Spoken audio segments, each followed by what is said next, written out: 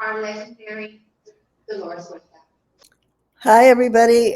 So great to see everyone. And I want to give a big old a big shout out to all of the great leaders for women there in Texas. We have seen a lot of drama happening in our country recently. And this is exactly why we know that we need more women in charge of different parts of our government and different organizations so that the work can actually be done, okay? Because we know that women keep their eye on the prize and that we know that they're going to make sure that whatever assignments that they have to do, whether it be at home, in the workplace, in public offices, that women are going to take care of business. I want to thank you very much, and I do want to share the award with you that you have all been so nice to send me and to honor me with this award. I hope you all can see it.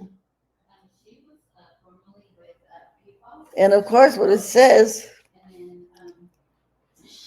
Power Heel Award, Power Legacy. Thank you very much, very much. Although I'm not wearing heels today, I'm wearing little tennis shoes. And I am actually here in San Francisco at the services for our great Senator Dianne Feinstein, who, as we know, was one of the few women senators that served in the U.S. Senate. And I'm also glad to report from California that we are going to have another woman from California, and she will be the only African American woman in the U.S. Senate. But we know we have to get more women in power. When I started organizing, we had, I think, 0 women, or maybe 1 or 2 in the Congress, but now we know we have many, but we know we still have a long way to go. And I do want to quote from with you something that Coretta Scott King told me many years ago when we were traveling together when she was fighting to get the Martin Luther King Day holiday in the United States of America. And Coretta said to me, "You know, Dolores, we will never have peace in the world until women take power." And we know that that is true because we as women, we believe in cooperation, we believe in sharing, we're compassionate, we want to make sure that everyone is taken care of. And of course, this is what women's leadership looks like, and that's exactly what it is. So we all have to continue to keep striving to make sure we get more women in power. Now in the Congress, we have, I guess, we're about like over a third of the women right now in the Congress are a third of the people in the Congress are women, but we know we still have a long way to go. Another thing I just want to share with you is that we've got to keep fighting for the Equal Rights Amendment for women.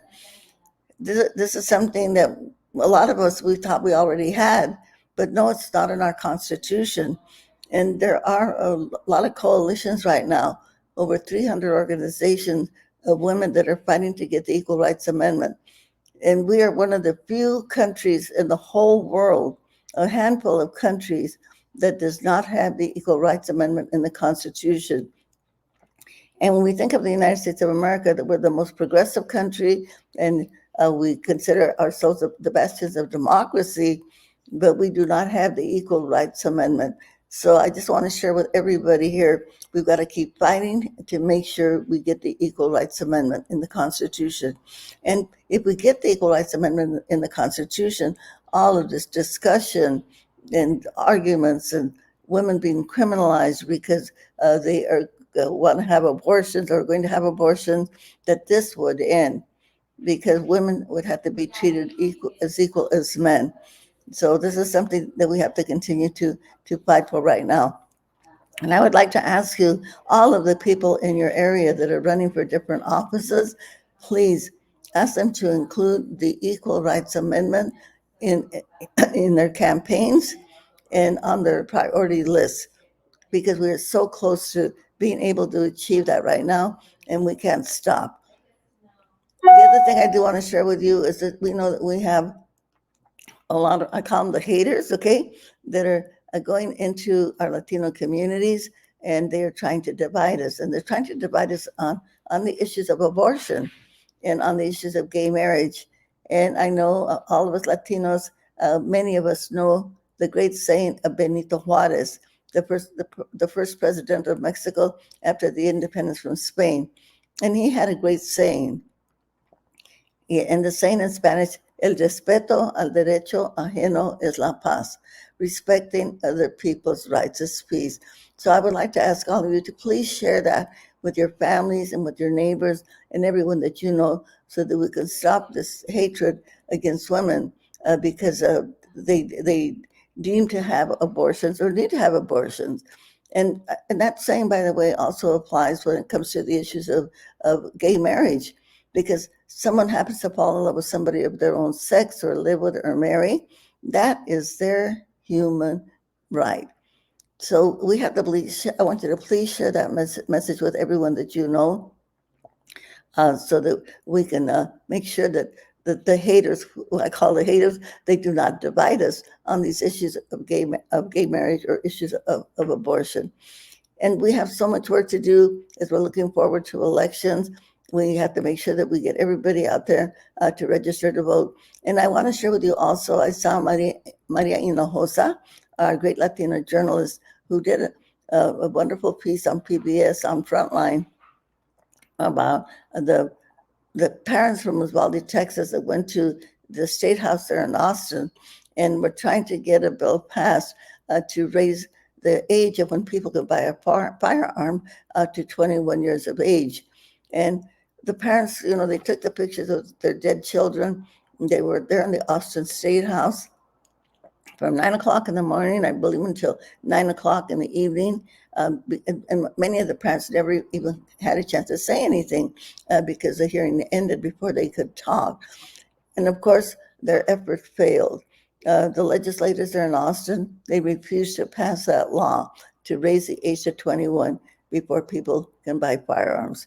So, I want to ask all of you to please remember that message, because we know that we have to use our feminist power to make sure that we elect good people to the state legislature in Texas, and not only in the state legislature, but also in the Congress and in the school boards, and anywhere that we have people that are going to be making policies or passing laws that are going to govern our lives.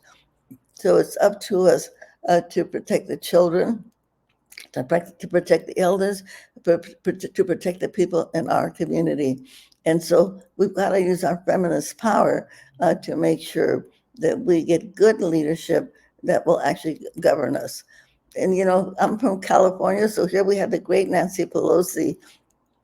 And we can see recently what's happening in the U.S. Congress and the mess that is happening right there.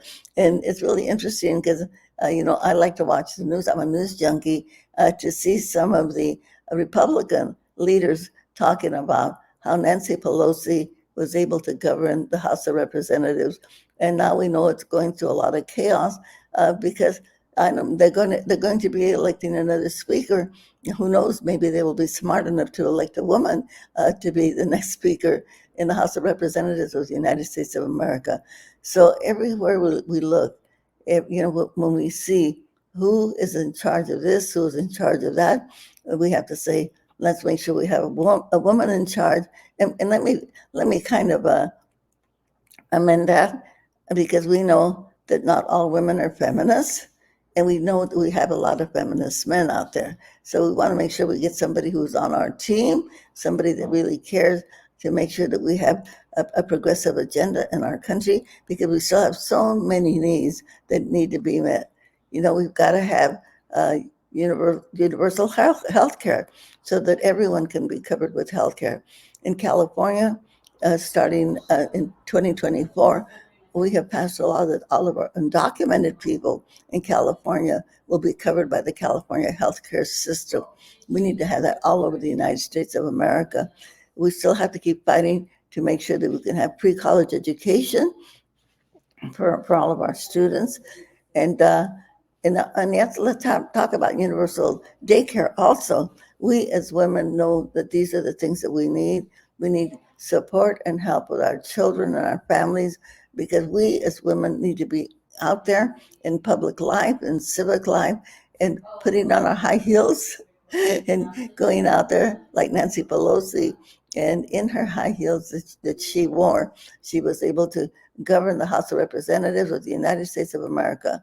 So Nancy, I think, is our hero. And when we see what she did, again, with her high heels on, that we as women can do the same thing.